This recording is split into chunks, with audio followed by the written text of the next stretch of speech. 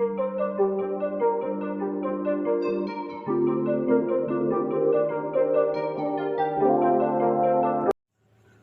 Students, welcome to my channel. मैं Nilesh sir और हमारा आप मिलकर के पढ़ रहे हैं क्लास 12 के मैथमेटिक्स का एक important chapter application of integral, या आप इसको यूं भी कह सकते हैं एरिया बाउंडेड रीजन या area bounded by the curves. तो इन चैप्टर ये टॉपिक इन नामों से जाना जाता है। तो ये हमारा इसका फर्स्ट वीडियो है इस चैप्टर का, इस टॉपिक का। तो कुछ इसमें बेसिक इंफॉर्मेशन, कुछ हमारा बहुत ही कंसेप्चुअल जो बेसिक कंसेप्ट है वो हम लोग थोड़ा सा डिस्कस कर लेते हैं। तो जब चैप्टर का नाम ही है हमारा area bounded by the curves, तो हम लोग पहले यहाँ पे कर्व्स को डिस्कस कर लेते हैं कि कितने तरह के कर्व्स हमारे को पढ़ने हैं। तो सबसे पहला स्ट्रेट लाइन, जो हमने 11th क्लास में अच्छी तरह से पढ़ा है एक्सरसाइज 10th में। फिर कॉनिक सेक्शन में पैराबोला, सर्कल और एलिप्स, ये तीनों हमारे क्लास 11th के चैप्टर में सिलेबस में था। बट ऑब्वियस सी बात है, लास्ट ईयर हमारा 11th जो है कोविड से रहा इन्फेक्टेड या इन्फ्लुएंस, तो उसमें काफी कम पढ़ाई ढंग से हुई है। बट इसमें उतनी ज्यादा चीजें की जरूरत नहीं है जितना हमारे को 11 में डेप्थ में नॉलेज, इन डेप्थ नॉलेज चाहिए था। तो कुछ बेसिक चीजें हैं जो हमारे को आराम से याद रह सकते हैं या समझ में आ जाता है। तो स्ट्रेट लाइन का इक्वेशन हमारा जो होता है वो हमारा क्या होता है, ax plus by plus c equal to 0। Normal है, इसके इक्वेशन बहुत तरह से निकाले जाते हैं। कुछ टॉपिक में हमें इक्वेशन निकालना पड़ेगा, एक आध टॉपिक में, तो वो हम लोग सीख रहे हैं।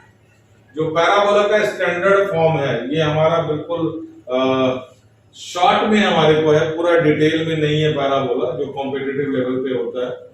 तो इसका जो स्टैंडर्ड फॉर्म है ये हमारा y square is equal two plus minus 4ax या x square is equal two plus minus 4ay। तो अभी बेसिकली हम इसको डिस्कस नहीं कर रहे, बस हमने इक्वेशन लिखा है। सर्कल का इक्वेशन है x माइनस h का whole square plus y minus k का whole square is equal to r square, जहां पे h और k इसके कोऑर्डिनेट ऑफ सेंटर हैं और r हमारा रेडियस है। और ये x square plus x square by a square plus y square by b square is equal to 1।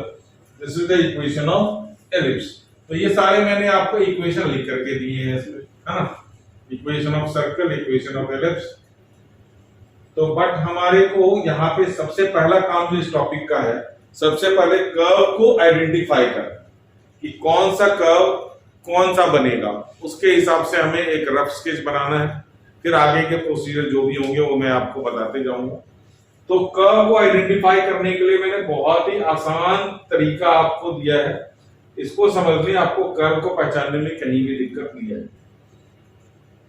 Straight line के इक्वेशन के नीचे मैंने लिखा है लीनियर इक्वेशन। मतलब इसका ये है कि जो x और y का पावर है, जो डिग्री है, उसको देख करके हम आइडेंटिफाई कर सकते हैं कि ये हमारा लाइन है या ये पैराबोला है या सर्कल है या एलिप्स है।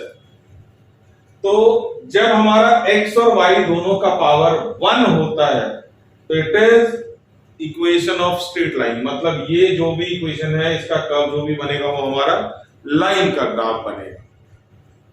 तो क्या हमें ध्यान में देना है कि x और y दोनों का पावर, वो है ना, x एंड y मैंने लिखा है, यहां पे फोकस करना। तो ये आपका बनेगा लाइन। पैराबोला में हमने देखा y स्क्वायर है या x स्क्वायर है, तो ये ऑब्वियसली क्वाड्रेटिक बनता है। क्वाड्रेटिक का मतलब ही क्या है कि ये क्वाड्रेटिक x का भी हो सकता है या y का भी हो सकता है। इन डिटेल हमें नहीं जाना है, हमें सिर्फ देखना है कि पावर को पहचानने से पावर ऑफ x और y, वन ऑफ दोनों में से किसी एक का पावर 2 होगा, तो ऑब्वियसली दूसरे का पावर हमने क्या लिया है यहाँ पे 1। तो ये आपका कंफर्म है कि ये पैराबोला है, चाहे किसी भी फॉर्म में हो। अगर किसी एक का पावर x या y दोनों में से किसी एक का पावर 2 है तो ये कंफर्म है कि ये पैराबोला ही होगा। फॉर एग्जांपल अगर मैं यहां पे लिख दूं x square plus 3y plus 2 equal to 0, लिख दिया मैंने। अब ये इस फॉर्म में है या नहीं है कोई मतलब नहीं हमें। हमने यहां क्या देखा, ये x का स्क्वायर है तो x का पावर कितना 2 है, y का पावर 1 है, तो कंफर्म है कि ये पैराबोला है। और ये वाला पैराबोला, अब ये वाला और वो वाला क्या होता है वो हम लोग अभी डिस्कस करेंगे। या फिर हमने एक इक्वेशन लिख दिया 3x plus 4y square minus 5 equal to 0। तो यहाँ क्या देख रहे हो कि y का पावर 2 है और x का पावर 1 है, तो दोनों में से एक का पावर अगर 2 हो गया तो it is confirm that it is a parabola.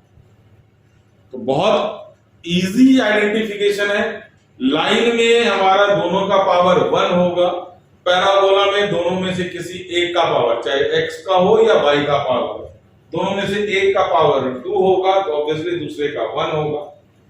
अब जब यहां पे आते हैं हम लोग तो power of x and y both कितना है हमारा 2 है।